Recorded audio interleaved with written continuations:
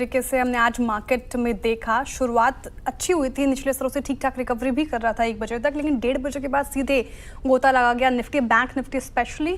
हालांकि mid cap small cap शुरुआत से ही थोड़ा कमजोर होते हुए नजर आ रहे थे।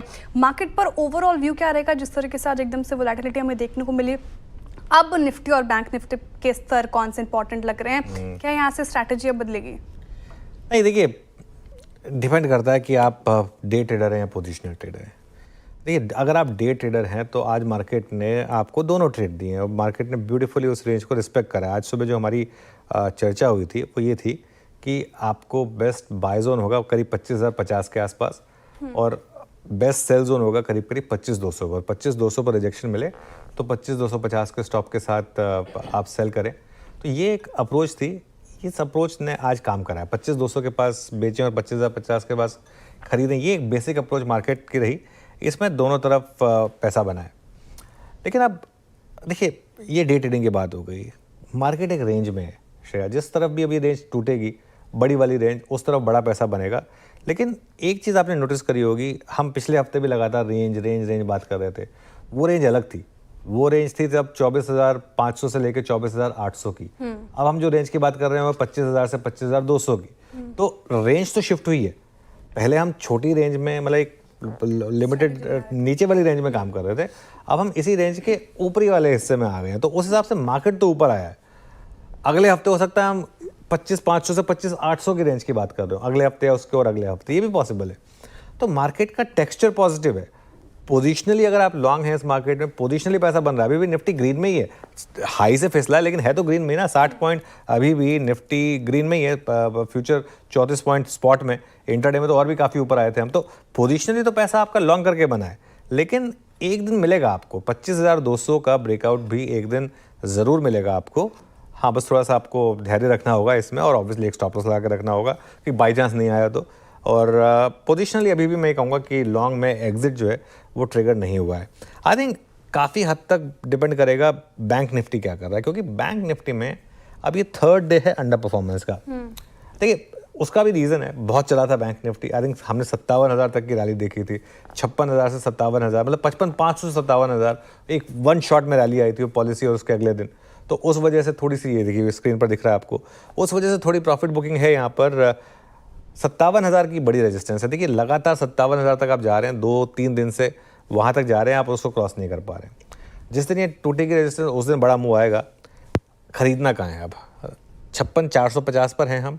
मेरे ख्याल से अगर 56,200 तक की और गिरावट आ जाए आपको तो वो एक बाइंग अपॉर्चुनिटी होगी। अभी भी पोजिशनली शॉर्ट नहीं है, इंट्राडे में शॉर्ट करके पैसा बन रहा है, ये मैं मान रहा हूँ, निफ्टी में भी बैंक निफ्टी में भी। लेकिन पोजिशनली अभी भी मार्केट ने कोई साइन नहीं दिए कि आप शॉर्ट हो जाएंगे, पर अभी भी पोजिशनली लॉन्ग ही रहना है। ओके, पोजिशनली लॉन्ग ही रहना है, तो ये स्ट्रैटेजी हो गई। सर, एफआईएस तो लगातार कैश में तीसरे दिन खरीदारी कर चुके हैं, डीआईएस का भी सपोर्ट है, तो सपोर्ट है वाकई में? बिल्कुल है, इसमें कोई डाउट नहीं है। और छोटी सही लेकिन लगातार तीसरे दिन एफआईएस की तरफ से कैश मार्केट में खरीदारी का आंकड़ा आता दिखा है। 2300 करोड़ की खरीदारी की। 2300 करोड़ की खरीदारी छोटी भी नहीं, ठीक ठाक है ऐसा, ठीक है। लोकल फंड्स का आप देखोगे तो 1113 करोड़ की कल खरीदारी की है। लेकिन यहाँ आंकड़ा छोटा इंपॉर्टेंट नहीं है, यहाँ इंपॉर्टेंट ये कि लगातार 16 दिन कैश मार्केट में घरेलू फंड्स की खरीदारी होती दिख रही है। वो बड़ी बात है। आप लगातार 16 दिन से, मतलब रोज आना है, रोज खरीदना है, रोज खरीद के जाना है, ये बड़ी चीज़ है। दोनों धीमे धीमे खरीदारी के मूड में आ रहे हैं। कल के सेशन में एक ही चीज़ है, जो आंकड़े कल कैश मार्केट में 2300 करोड़ की खरीदारी की है, लेकिन सामने 3400 करोड़ के आसपास की स्टॉक फ्यूचर्स में बिकवाली है, उस पर भी हम आगे बात करेंगे। लेकिन दोनों धीमे धीमे खरीदारी करने के मूड में है। कल के आंकड़ों में एक चीज़ और इम्पोर्टेंट है, वो ये 2 बड़ी ब्लॉक डील थी, एक प्रीमियर एनर्जी की और दूसरी एयू स्मॉल फाइनेंस बैंक की। प्रीमियर एनर्जी की 2600 करोड़ के आसपास की थी, एयू स्मॉल के 700 करोड़ के आसपास की थी। तो 3300 करोड़ के आसपास की 2 ब्लॉक डील हुई। और मजे की बात देखिए ना, अगर घरेलू फंड और दोनों का आंकड़ा मिलाकर देखें, इनका 2300 करोड़, इनका 1100 करोड़, वही 3300-3400 करोड़। बिल्कुल दोनों की खरीदारी कैश में 2 डील के आंकड़े से मैच खाती हुई दिख रही है। बिल्कुल तो वैसा है। तो लेकिन कुल मिला के है खरीदारी। एफआईएस भी लगातार 3 दिन से लौट रहे। हम बात भी कर रहे थे कि 2-4 दिन लगातार खरीदे तो कॉन्फिडेंस बढ़े, तो खरीद तो रहे हैं, लेकिन कॉन्फिडेंस अभी भी थोड़ा कम है, वो हम चर्चा करेंगे। लेकिन एक साफ संकेत इन आंकड़ों के दम पर के थोड़ा लोअर लेवल पर आपको सपोर्ट तो मिलेगा। बाजार ऐसे में कहीं कहीं जैसे थोड़े नीचे आते हैं, रिकवर इसीलिए कर जाते हैं ये है खरीदारी दोनों फंड्स की तरफ से। ओके, तो सर क्या सुबह सुबह ब्लूमबर्ग के हवाले से खबर आई है, यूएस अपील कोर्ट में, जरा बता भी देती हूँ जो फैसला यहाँ पर निकल कर आया कि इस पर जो आप कह सकते कॉन्टेस्ट किया था कि इनका टैरिफ है जस्टिफाइड नहीं है, इनके आप कह सकते अधिकार क्षेत्र से आगे है, तो अब अपील्स कोर्ट ने इनके फेवर में फैसला दे दिया है। ये कैसे देखें? हुआ ये है कि अभी तक कंफर्म खबर नहीं, लेकिन ब्लूमबर्ग पे आई, आप मान सकते कंफर्म है, और कोर्ट के हवाले से उन्होंने दी कि जो निचली कोर्ट ने ट्रम्प को कहा था भाई तुम्हारे पास तो राइट ही नहीं है, तुम काय का ऑर्डर पास कर रहे हो, ये सब और टैरिफ वेरिफ ये आपके बस की बात नहीं है, आप मत कीजिए, आपके अधिकार क्षेत्र के बाहर है। करेक्ट। उन्होंने अपील कोर्ट में गए, अपील कोर्ट ने कहा कि नहीं नहीं कर सकते हो भाई, आप राष्ट्रपति है, आपके पास पावर है। अब उन्होंने निचली अदालत का जो आदेश था उस पर रोक लगा दी है। अब अगली सुनवाई कब? 31 जुलाई। हाँ जी। वाह, मजा आ गया मेरे को। अमेरिका में भी सेम सिस्टम है, मिलती है तारीख पे तारीख, तारीख पे तारीख है। और 31 जुलाई की तारीख बहुत ही बढ़िया है। क्यों? 9 जुलाई को तो इनका खत्म हो रहा है टैरिफ वाला 3 महीने का टाइम। 90 दिन का जो मोरेटोरियम, 90 दिन का अल्टीमेटम दिया ना कि 90 दिन के अंदर अंदर डील साइन कर लो, नहीं तो मैं तुम सबकी बैंड बजा दूंगा। तो फिर शायद पता ही जरूरत ही ना पड़े 31 जुलाई तक, है ना। हफ्ते बाद कर तो बोले ट्रम्प को इनडायरेक्टली लाइसेंस दे दिया, जो मर्जी करो, ठीक है।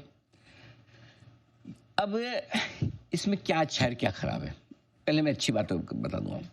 पहली तो ये 2 दिन से चीन के अधिकारियों के साथ अमेरिका वाले बात कर रहे हैं, प्रोग्रेस ठीक चल रही है, ऐसा उनका कहना है कि भाई हमको रेयर अर्थ मिल जाएगा और हम इनको चिप्स की सप्लाई दे देंगे।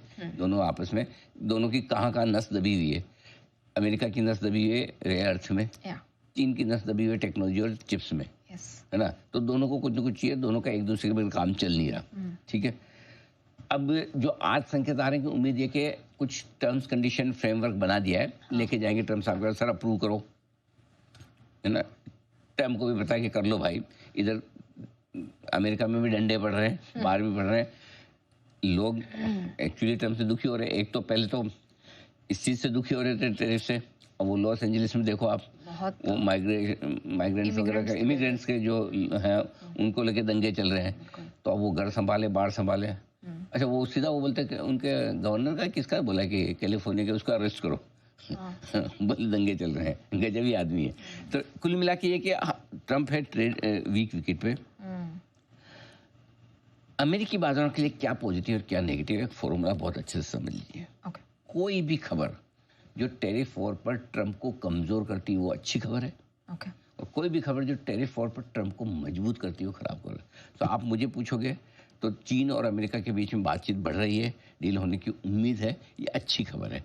और इसी के दम पे लगातार तीसरे दिन नैस्डैक और S&P आपके बढ़कर आए, 3.5 महीनों की ऊंचाइयों पर पहुंच गए, डाउ भी मजबूत बंद हुआ, ये तो हो गई अच्छी खबर।